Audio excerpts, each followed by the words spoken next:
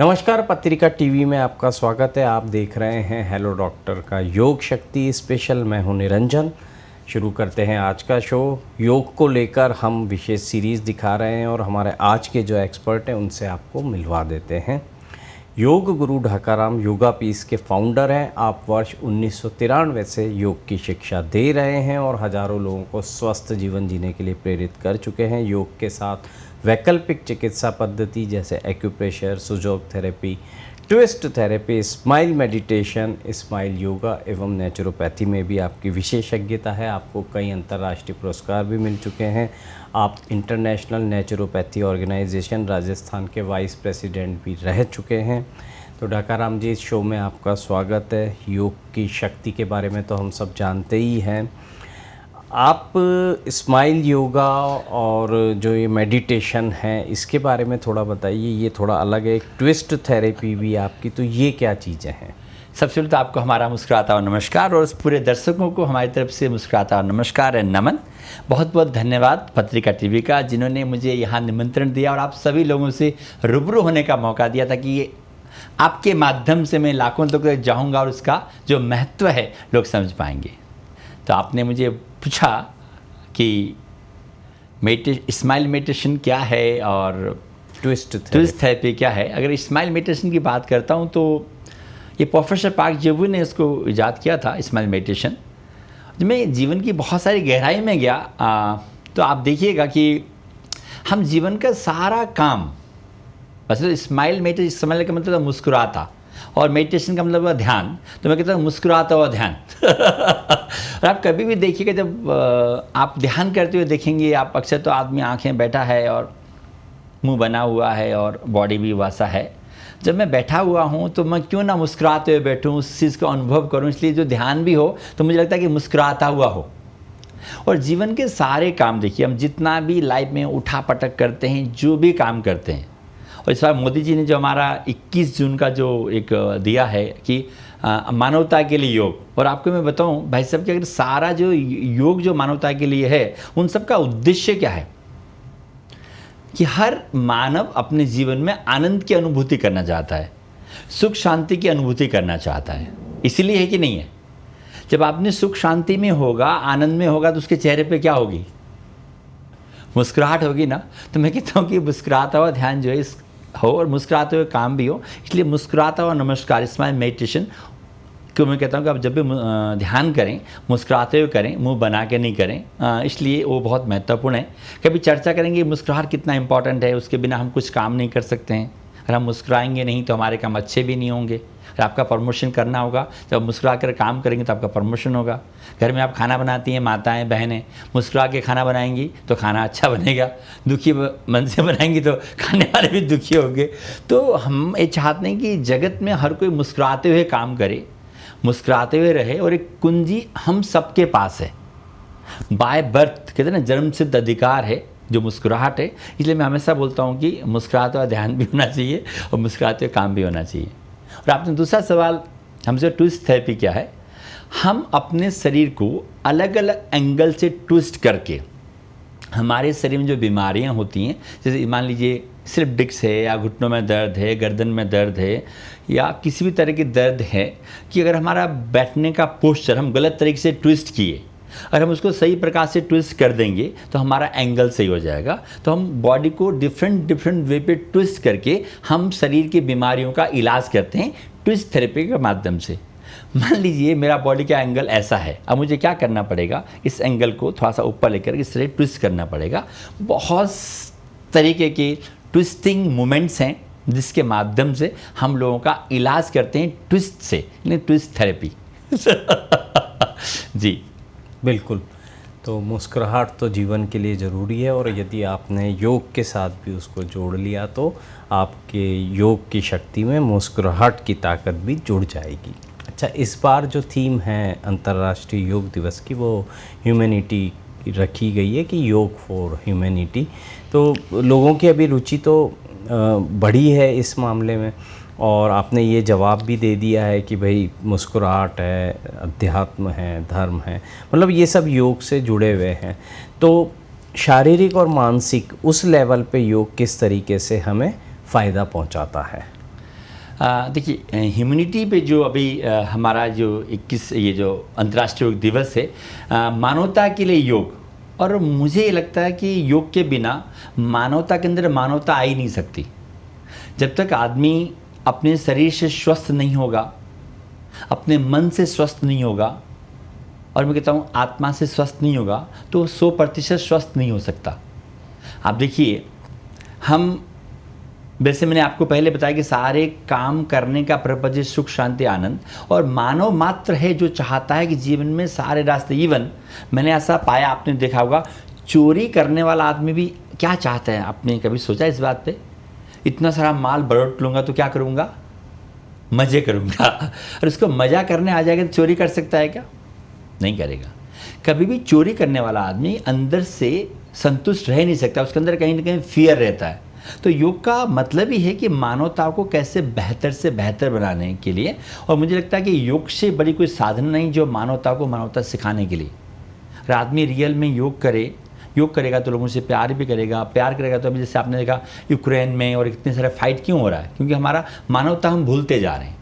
तो मैं उन सबको बोलता हूँ, अगर आप उनको योग कराएंगे, अगर उनका मन शांत हो, शरीर अच्छा हो, तो उनके अंदर से कैसे विचार आएंगे? आप बताइए, क्या झगड़े के विचार आ सकते हैं? अगर आप किसी से प्यार करते हैं, आप झगड़ा करने का मन होगा? नहीं होगा।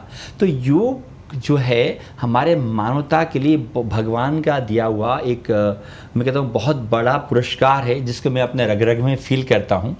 उसमें ऐसी ताकत है जिसको हम फिजिकली बोलते हैं, हम शारीरिक तौर पर हम स्वस्थ हो सकते हैं, मन से हम स्वस्थ हो सकते हैं, और हम आत्मा से भी स्वस्थ हो सकते हैं। खैर आत्मा तो हमने देखा नहीं है, लेकिन आत्मा की भी हम बात करेंगे। हम आत्मा का स्वस्थ होने में हमारी जो सोच है हमारी सकारात्मक होनी चाहिए, पॉजिटिव होनी चाहिए।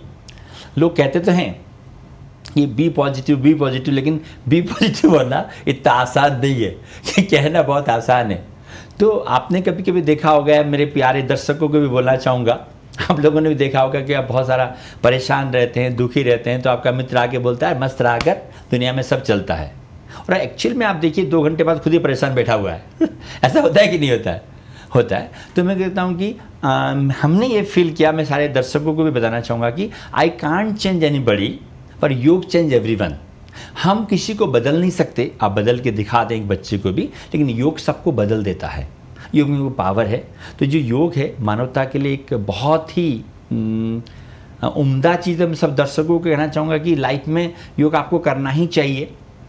और मैं बोलता हूँ 24 घंटे, एक दिन में 24 घंटे होते हैं मेरे प्यारे मित्रों, और 24 घंटे में से अगर 1 घंटा योग करके आपके 23 घंटे बहुत ही खूबसूरत बना सकते हैं, खुशनुमा बना सकते हैं, तो मुझे लगता है कि 1 घंटा निकाल लेना चाहिए। कई तरह के योग के फ़ायदे आपने बताए। अच्छा, जो इसका असर होता है वो कितने समय बाद महसूस किया या देखा जा सकता है? मैं तो कहता हूँ हाथों हाथ हम महसूस कर सकते हैं। प्रैक्टिस का आप कहें तो मैं अनुभव कराऊंगा, क्योंकि समय की कमी है। योग में ऐसा जादू है कि आपके करते, मैं अक्सर कहा करता था नरेंद्र जी भाई कि एटीएम में पैसे निकालने जाओ, एटीएम कार्ड में पैसे मशीन में हो या नहीं हो वो पक्का नहीं है, लेकिन योग करने के बाद हमको फ़ायदा होगा 100% है। इतना इसका इफेक्ट है, चाहे आप शारीरिक तौर पे मान लीजिए या मानसिक तौर पर, लेकिन करने का तरीका एकदम परफेक्ट होना चाहिए। वैसे तो योग को जीवन जीने की कला कहते हैं हम लोग, कि संपूर्ण है मानवता के लिए। लेकिन आजकल जब योग की बात करते हैं तो आप देखिए कि हमारे पास मोस्टली लोग बीमारी के लिए आते हैं। हर तरह की बीमारियों का इलाज में शारीरिक तौर पे मैं बात करूं तो मैं कहता हूं कि अगर आपको 5 दिन में आराम नहीं आए तो मत आइए, ऐसा मैं बोलता हूं। तो आप समझ सकते हैं जिनको घुटनों में दर्द है, स्लिप डिस्क है या गर्दन में दर्द है, मैं इतना विश्वास से कहता हूँ कि आपको 5 दिन में आराम नहीं आए तो कितनी बड़ी बात है। तो इसके प्रभाव आपको हाथों हाथ दिखते हैं करने के बाद। जब हम आंखें बंद करके पूरा शरीर में मगन होकर करते हैं तो उसके फ़ायदे आप हाथों हाथ महसूस कर सकते हैं। तो योग का असर आपको तुरंत ही महसूस होगा। अच्छा, कोरोना महामारी ने हमारे मानसिक स्वास्थ्य की समस्याएं तो बढ़ाई हैं और इसके साइड इफ़ेक्ट्स भी देखने में आ रहे हैं। तो मेंटल हेल्थ के लिए हमें कौन कौन से योग या आसन हैं वो करने चाहिए? कोविड के दौरान आपने देखा होगा लोगों में ऑक्सीजनेशन का बहुत कमी था, और मैं हमेशा तब भी बोला करता था कि हमारे भगवान ने हमारे को 2 सिलेंडर प्रदान किए, हम सिलेंडर ढूंढते जाते हैं। तो देखिए जो हमारे दोनों लंग्स हैं वो सिलेंडर का ही काम है, ऑक्सीजन के बड़े सिलेंडर हैं। तो मैं अक्सर बोलता हूँ कि हम लंग्स को भरिए, उनको खाली करिए, और जितना ज़्यादा खाली करेंगे उतना ज़्यादा प्योर ऑक्सीजन आपके उधर आएगा। तो कई माओं का हमारे पास आता था, गुरुजी कब कब करना चाहिए और कहाँ कहाँ करना चाहिए। तो मैं एक बहुत सिंपल एक आम आप दर्शकों को बताना चाहूँगा कि सांस लेने के लिए आप कभी पूछते हैं क्या कहाँ लेना चाहिए, और भगवान ने ऑक्सीजन हर जगह, देखिए हम ऑफिस में बैठे हैं, घर में बैठे हैं, स्टोर में कहीं भी बैठे हैं, तो भगवान ने भरपूर मात्रा में ऑक्सीजन दिया है कि जो जगह पर ऑक्सीजन नहीं होगा वहाँ पर प्राणवायु रह नहीं सकता। तो मैं आपको सबको बोलता हूँ कि आपके लंबे गहरे अगर आप श्वास लेंगे, मैं योग के दृष्टि में बोलता हूँ कि आप योगा को नहीं भी जानते हैं, अगर आप जीवन में लंबे गहरे श्वास भी लेंगे तो हमारा मन शांत हो जाता है। जैसे आपने कहा मानसिक शांति के लिए एक बात देखिएगा कि जितना ज़्यादा लंबा और गहरा श्वास होगा हमारा मन कैसा होगा, उतना ही ज़्यादा शांत और प्रफुल्लित होगा, और जितना ज़्यादा मन शांत होगा उतना ही ज़्यादा श्वास लंबा और गहरा होगा। इसलिए श्वास और आपका मन दोनों ही एक ही थैली के छट्टे बट्टे, आई वांट टू से हेड एंड टेल है। इसलिए जो प्राणायाम है हमारे मन को सुकून पैदा करता है।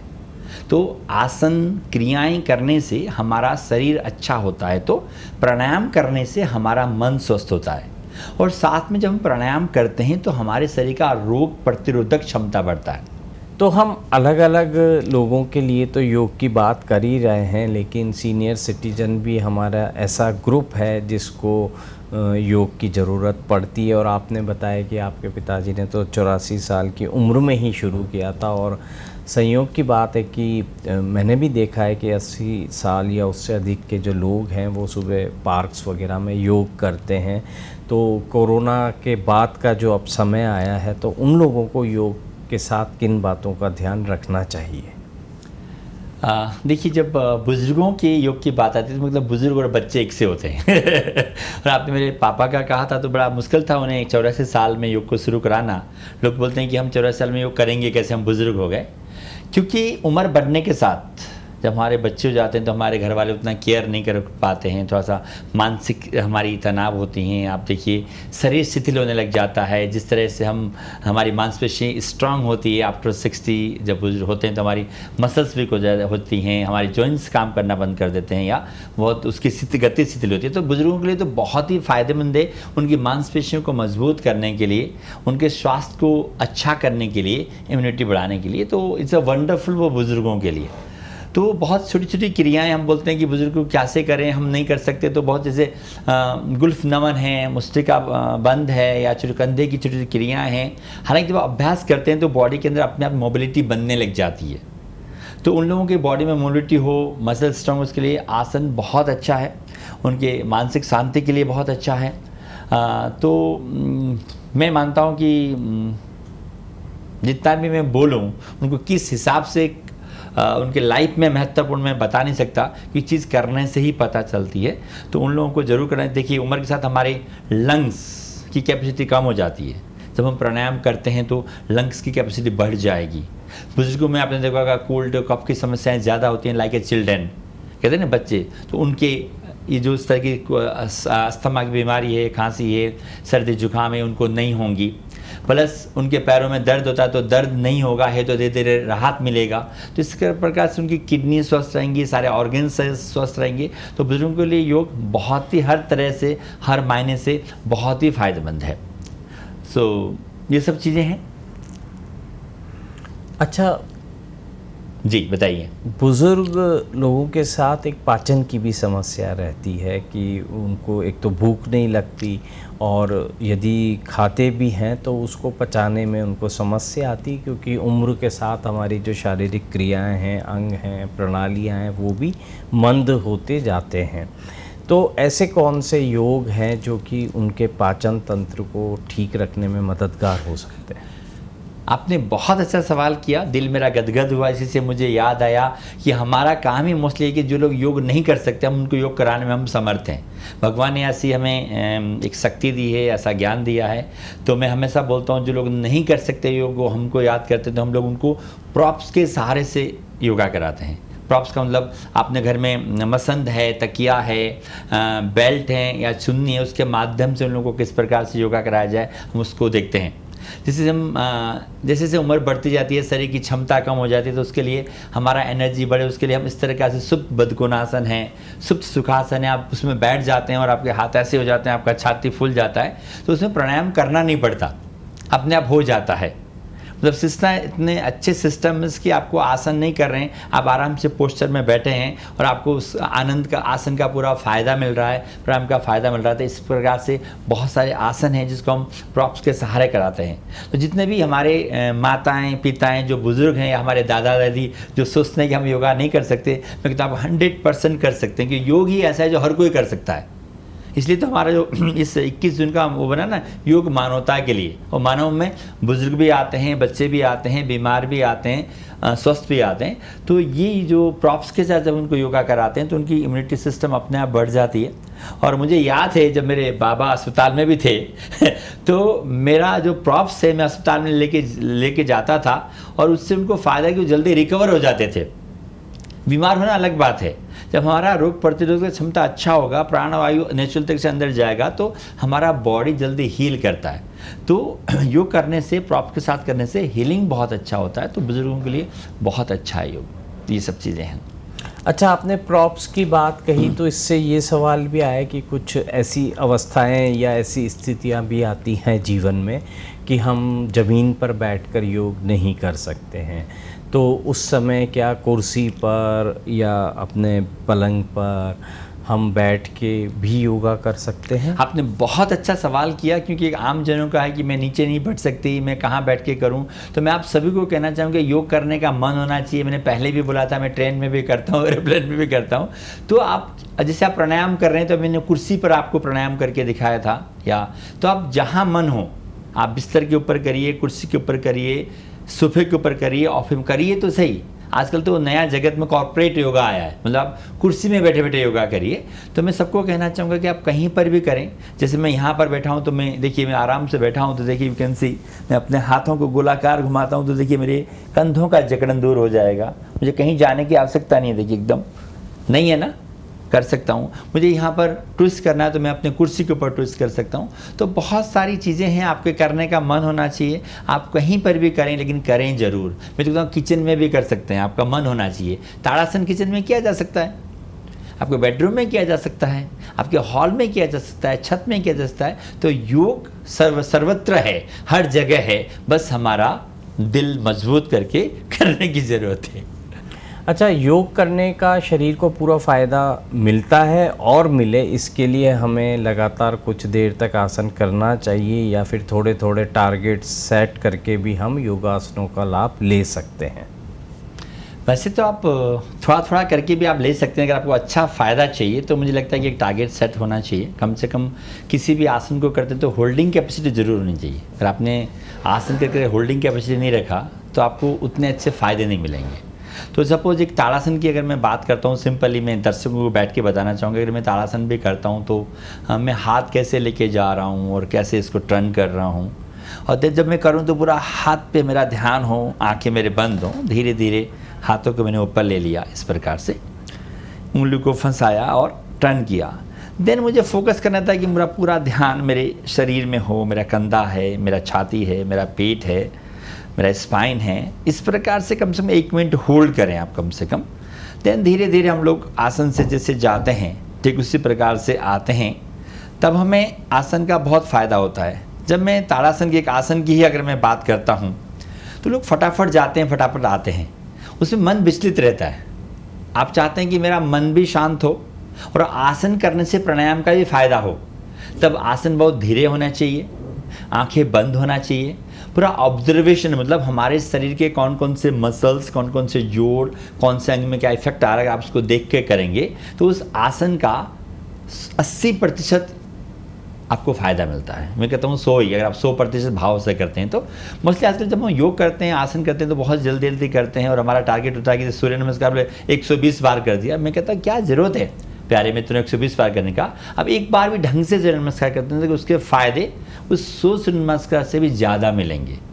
तो इसलिए जो आसन है बहुत धीरे, बहुत प्यार से करना चाहिए। और जब भी आसन करें एक चीज़ का ज़रूर ध्यान रखना चाहिए कि हमारा स्पाइन साइड बेंड हो, ट्विस्ट हो, स्ट्रेचिंग हो और बेंडिंग हो, क्योंकि ये हमारे रूटीन के काम है। ऐसा नहीं करते तो आपने देखा होगा कि आदमी के कमर में दर्द हो जाता है, गर्दन में दर्द हो जाता है।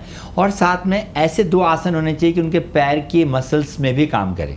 कहते हैं ना हमारे पैर मजबूत होने चाहिए, तो 2 आसन पैर के लिए, 4 आसन स्पाइन के लिए, और 1 आसन मस्तिष्क के लिए, और 1 आसन आपके पेट के लिए। इस तरह से आपको जब भी आसन करें एक ऐसा सेगमेंट बनाएं कि हमारे एंटायर बॉडी स्वस्थ और मस्त हो जाए। इसका आपको ज़रूर ध्यान रखना चाहिए। बिल्कुल, ये तो पूरा शरीर क्रिया विज्ञान जो है उसको कवर हमने कर लिया है। अच्छा, प्राणायाम को लेकर भी आप कुछ तरीका बताना चाहते हैं हमारे दर्शकों को? प्राणायाम के लिए मोस्टली मैं देखता हूँ कि जैसे एक सिंपल सा प्राणायाम मैं आपको करके दिखाता हूँ, अनुलोम विलोम, और आपने देखा होगा, अगर मैं डिटेल में जाऊँगा तो बहुत समय लगेगा, कि हम चाहते हैं कि आप शॉर्टकट में इसको समझें, और जब का मन होगा तो आप आराम से देख सकते हैं। एक सिंपली आपने देखा, जब अनुलोम विलोम करते हैं तो आदमी बहुत फास्ट करते हैं। मैं एक राउंड आप दर्शकों को करके दिखाना चाहता हूँ कि इतना धीरे करेंगे तब आपका मन शांत होगा। हड़बड़ी में क्या होता है? हड़बड़ी नहीं करनी चाहिए। जैसे अनुलोम विलोम करते हैं तो मैं एक ही राउंड करके दिखा रहा हूँ, देखिएगा। ये आपने बाएं नथुने से श्वास को निकाल दिया,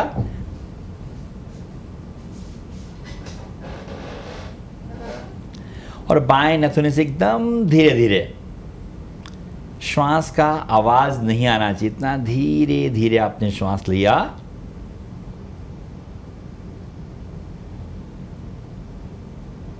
फिर बाएं नथुने को बंद किया आपने, फिर दाहिने से पूरा श्वास निकाल दिया,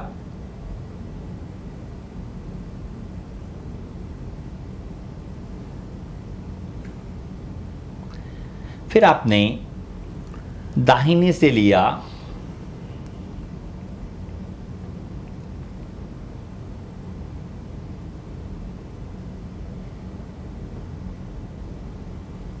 पूरा लेने के बाद फिर हमने लेफ्ट से टेक आउट किया,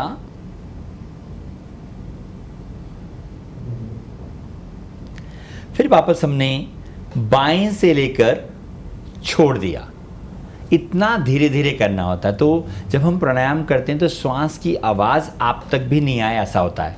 इसलिए आपने देखा होगा कि हम लोग कहते हैं ना, किसी का भी भगवान ने हमको कहते हैं कि श्वास जो है हम गिन के भेजा है, ऐसा कभी कभी कहते हैं कि गिनती के श्वास रह गए हैं। तो जितना ज़्यादा श्वास हमारा लंबा गहरा होगा, हमारा मन उतना ही शांत होगा। इसलिए प्राणायाम करने में हड़बड़ी नहीं करना चाहिए, और जितना आप धीरे धीरे करेंगे उतना ही मन शांत होगा। जैसे इस प्राणायाम की बात मैं आपको करता हूँ, हमारा कोहनी कंधे के बराबर होना चाहिए, नाक हमारा बिगड़ना नहीं चाहिए, श्वास लेते निकालते आवाज़ नहीं आना चाहिए, जिस नासिका से हमने शुरू किया उसी से समाप्त करना चाहिए। ऐसे बहुत सारी बारीकियां हैं प्यारे मित्रों। ये जब भी आप करें बहुत समझ के, बहुत प्यार से करेंगे तो बहुत प्यारा सा फ़ायदा आपको मिलेगा। तो ये एक मैंने आपको छोटा सा एग्जाम्पल बताया। इस तरह से बहुत सारे प्राणायाम हैं, हर सीजन में करने के अलग अलग तरीके हैं। तो इस प्रकार से ये सब चीज़ें। बिल्कुल। अच्छा, हार्मोन असंतुलन की जो समस्या है वो भी लगातार देखने में आ रही है, महिलाएं हों या पुरुष हों। तो हार्मोन्स को बैलेंस रखने के लिए योग किस तरह फ़ायदेमंद हो सकता है?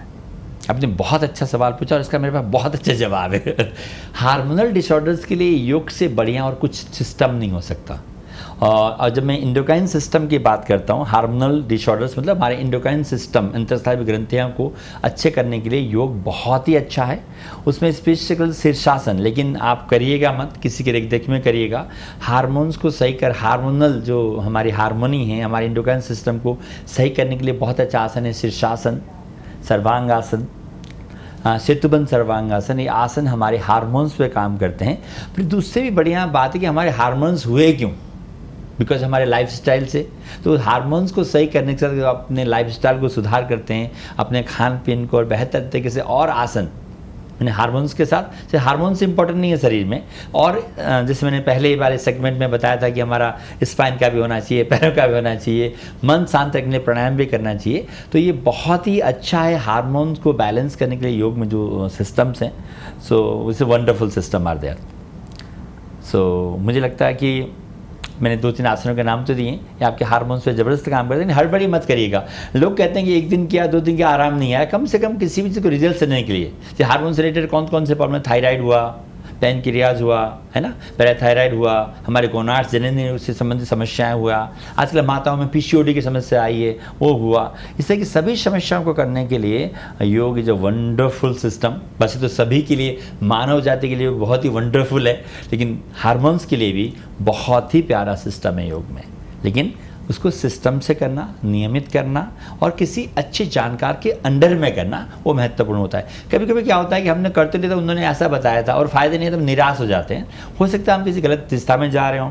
मैं अक्सर बोलता हूँ, मैं दिल्ली जा रहा हूँ, मुझे जाना दिल्ली और बम्बई के ट्रेन पकड़ लूँगा तो क्या वो फ़ायदे आएंगे?